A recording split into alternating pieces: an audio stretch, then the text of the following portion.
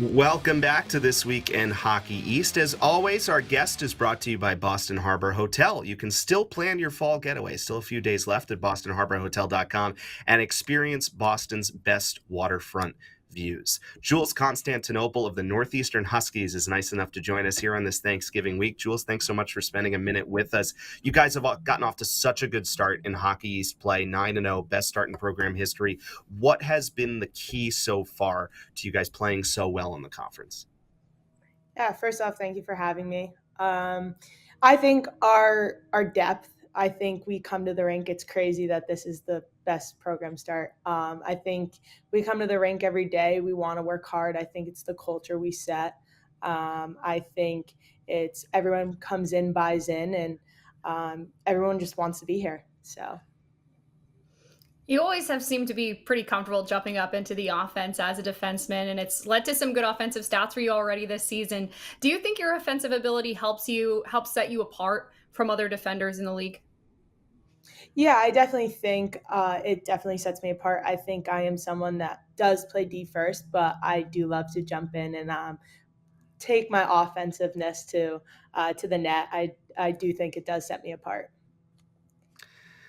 Jules, you mentioned that culture piece a little bit, and Dave Flint's been doing this for a long time. You guys have had so much success.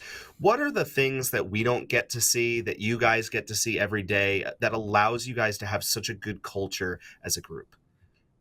I think it comes from our coaching staff, but it also comes from our leadership. I think Coach Flint is definitely a easygoing guy. He's very quiet, so I think when you get him riled up, it definitely motivates us a little bit. But I think his main focus is if you just come in, work hard, and you buy in, there's the good results, and it seems to be working with us with the start we've had.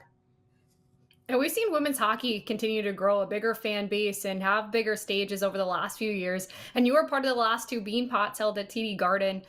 Your team won both. What did you feel like we've seen on that stage? How was it like to perform on that stage? It's insane. I think the first year it was definitely nerve wracking playing in front of that many people. You could like see our heart rates, like we were uh, all skyrocketing. But I definitely think it's just growing the game more. I think each year, like the first year, it was big, and then the second year when we went out there, there was even more people, and I can't wait to see what happens this year with it. It's just incredible to see the growth it has. I guess jumping off that, there's been this moment, it feels like, right, that PWHL has done a really nice job of, growing the sport the last couple of years, the Beanpot being at TD Garden, as we've talked about. For you as a player, when you're watching all of this happen around you, and especially considering, the number of former Northeastern Huskies who are now playing professionally in the PWHL, what is it like for you as a player to get to see this happening in real time while you're, of course, getting to the point where maybe these are options for you to consider down the road? Yeah, I think it's cool. It definitely kind of almost prepares you for that moment. I don't know where my future holds after Northeastern. I'm pretty excited to see where I go, but I could say that the way college hockey is growing and the fan base is growing, it's incredible. Yeah, and you talked about this a little bit, but and it's not that far away. What are you hoping to see from this year's Beanpot once again at TD Garden? And now, do you think maybe your heart rate won't be quite as high as the first time? Because Dave Flynn was telling Uh, us back right after that first one that you guys all wear the heart rate monitors, and that he was mhm. seeing that was like at the national anthem, everybody was kind of all excited. And do you just think you're maybe a little bit more used to it? And are you hoping to see an even bigger turnout this year?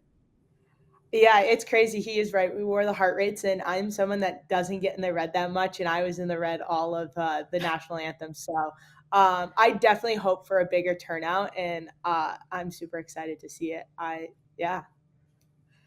Well, you have a big series this weekend, a big game against Penn State. We know what their record is. We know what your guys' record is. I know for you guys as players, you're trying to look at every game exactly the same, but, both coaches kind of threw out the idea of this could be sort of like a measuring stick, a good barometer of where you guys are. What is the hope that you guys can, obviously hoping to win, but what's the hope that you guys can get out of a weekend like this still early in the season?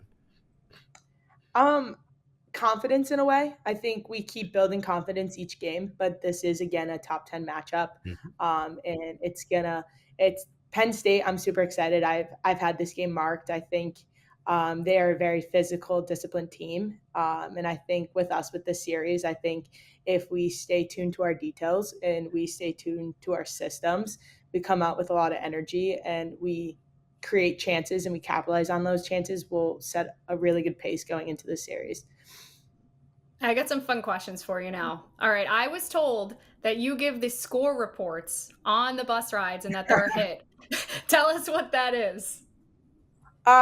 So basically after every Saturday game on a road game, I basically, our media, Delaney, she gives me the scores throughout college hockey and I kind of yell score report and I say all the scores. I kind of get messed up a couple times, but it's fun. It brings a smile in everyone. I love to hear the reactions at the scores. So yeah. You took it over for someone else. Who used to do it and how did you end up in charge of it? Maury Murphy did it my first year. And then I think it was Abby Marone my second year. And then I'd done it the last 2 years. I don't know how I took it over. I think I'm always the last one on the bus and I might be the loudest one. So I think Delaney was just like, Jules, here, it's your go. And I was like, all right, I'll do it. So yeah. This one's not hockey related. When you were a kid, what occupation did you want to have when you were growing up?